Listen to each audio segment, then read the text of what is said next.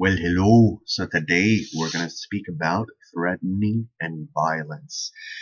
And it's a difficult topic to talk about, but it's a topic that we must talk about because on various different degrees, through various different means, people's safety is being threatened. So the only way that we can address the issue is by coming together and looking for a genuine resolution that create safety within our community. I personally, the way I address it is through love. When you increase that love for another human being, you're very likely to cause violence onto them. So it's about increasing our level of love for one another. So on various different fronts, I'm currently kind of afraid to leave my house.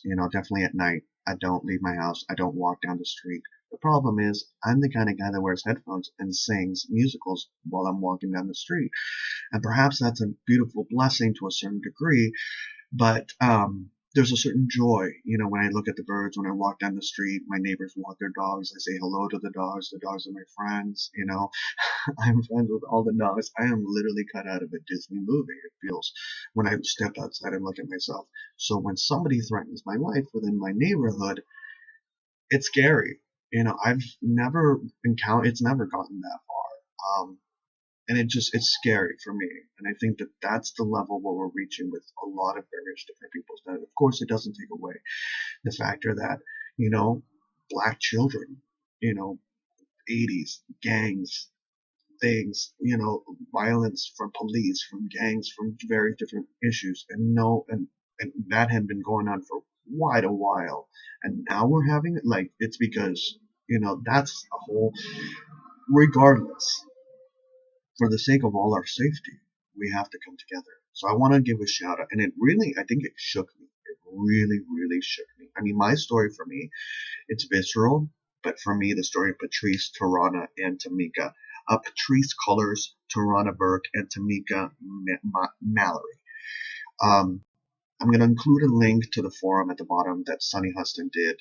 I'm going to watch it. I'm going to share it with friends. And when you hear their personal stories as to what happens, when the whole situation breaks down and people are viscerally racist, like they're viscerally, like, like full on horrible. So we need to address those issues. And what do you think, about the whole situation of safety in America?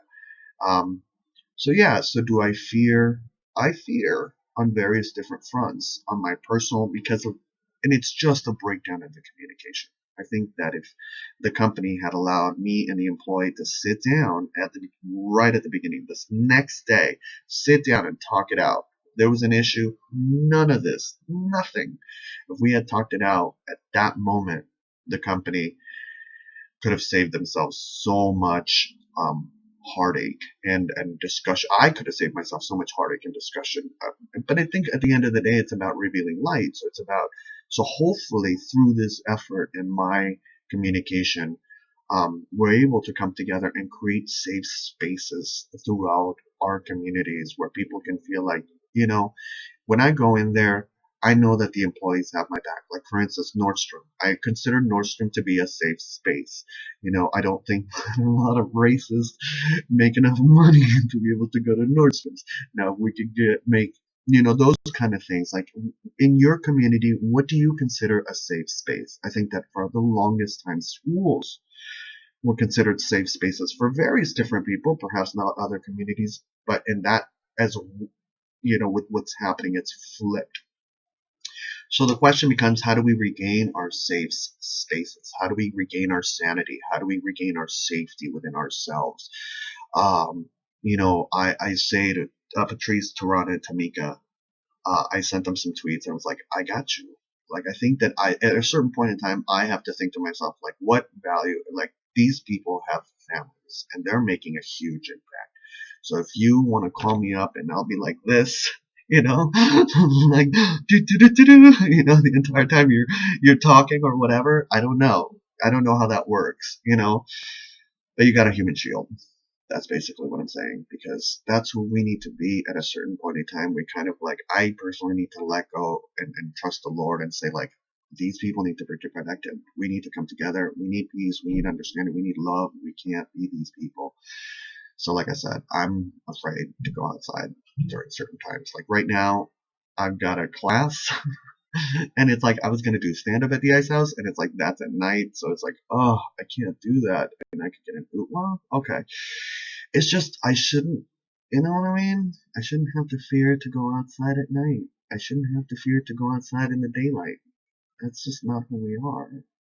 So what do you think? Do you agree? Oh, gals, if you want to know what I'm talking about, you can send an email list to Sunny. She knows what's up. I want to wish you all, though, a wonderful, wonderful, wonderful eternity.